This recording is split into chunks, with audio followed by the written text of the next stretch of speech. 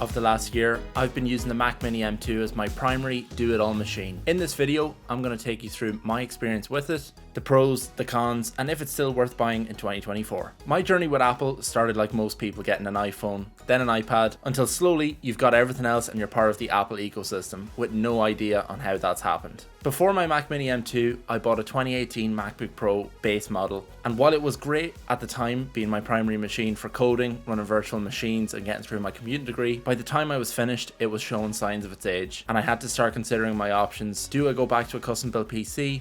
Or do I go even further into the Apple ecosystem? I think it's obvious which way I went, and almost a year of use later, I think I've made the right choice. So what model did I end up going with in the end? I knew from my base model experience that I never wanted to go back to a base model that struggled regardless of the age. So I went with 16GB of RAM and 512GB of storage. I find this is the sweet spot for me, as you get more RAM to deal with those intensive tasks, or if you're a Chrome warrior and have like 70 tabs open at once, and you also get enough storage to keep all your files and videos on the PC, along with some games, projects, and so on. By modern standards, it is shameful to even offer 8GB of RAM and 256GB of storage as a base model. However, we all know why it's done. It's to push more people into upgrading it, and it doesn't seem to be stopping anyone from buying Apple products. That said, if you are going to be doing anything other than surfing the web or basic Word documents and so on, I'd recommend going with the same upgrade I have, as it will not only give you that extra performance that you need, but it will also help with future-proofing the device for years to come. Let's talk about some of the pros of this machine. First, and maybe this is an obvious one, but I thought I'd call it out, and that's simply how compact the Mac Mini is. You can put it on your desk, hide it. You don't have that luxury with a custom built PC, let me tell you, and it's super impressive that all of this comes in such a tiny package. If you're tight for space in your setup, don't worry, because the Mac Mini will fit perfectly. One thing I'd like you to be aware of is that ports are on the back of this unit, and there's no other ports or anywhere else on it. So if you have a desk right up against the wall, it might be a bit of a pain trying to cable manage. Personally, the way I have my desk set up at the moment, I had to leave it sideways and route the cable that way, as I constantly have to swap between my laptop and Mac Mini because they're using the same adapter. But maybe that's just me, just something I thought I'd call out. Let's talk about performance. Now, I'm not going to go through all the detail you can read on Apple's website, but from my own experience, I use Premiere Pro every week to edit these videos, and I'm still impressed by how fast I can import photos and videos from a Fujifilm X-T5, load them into Premiere Pro, edit the video, and render it faster than I thought was even possible. I used to be taking time as the video was rendering to get the YouTube title, thumbnail, and all this sort of stuff ready. Right now I hit render and a minute later it's done. It has made the entire YouTube process 10 times more enjoyable for me. The same goes if I want to preview hundreds of photos at once, because maybe I've been out somewhere taking a lot of photos and I want to single out the best ones.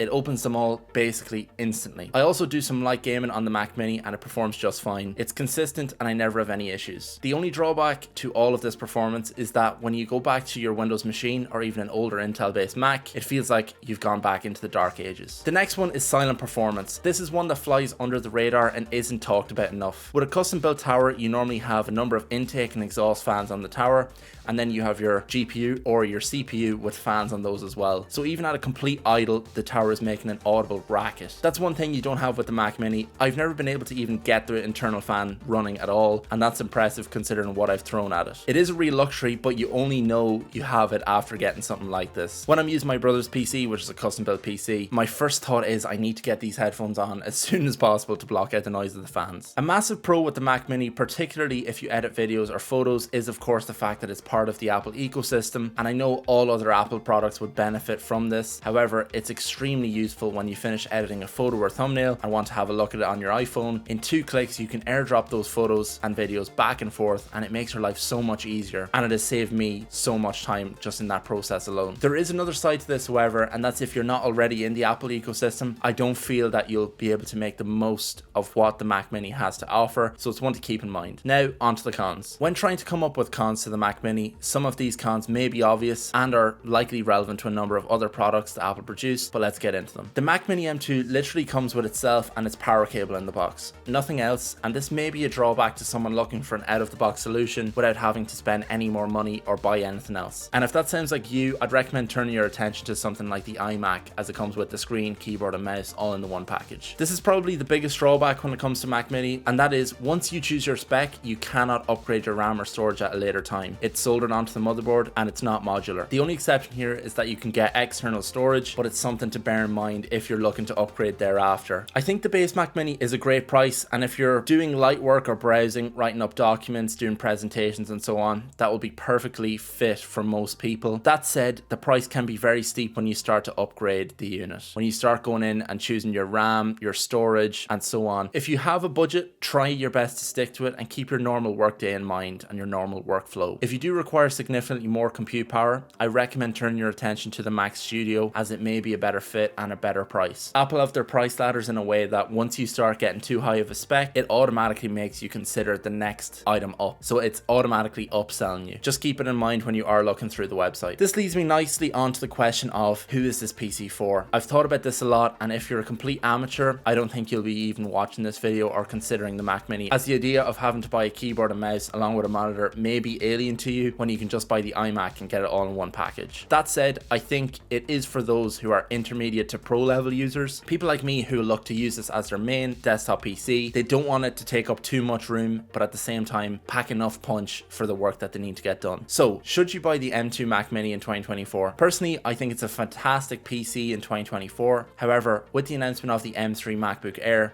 at the start of March, if you are looking for the newest of the new and potentially a price cut similar to what they did with the Air, I'd wait it out and see if Apple release a Mac Mini M3. That said, there isn't going to be a huge increase in performance, so you're probably best off going for the M2 if you do need it in a rush or can get a deal some way. With that said, if you have any questions on the Mac Mini, be sure to let me know in the comments, and if you'd like to know how I make YouTube videos using this very Mac Mini, check out that video here. Or if you've been thinking of getting a drone and want to know if the DJI Mini 2 is worth buying in 2024, check out this video here. I'll see you in the next one. Bye bye.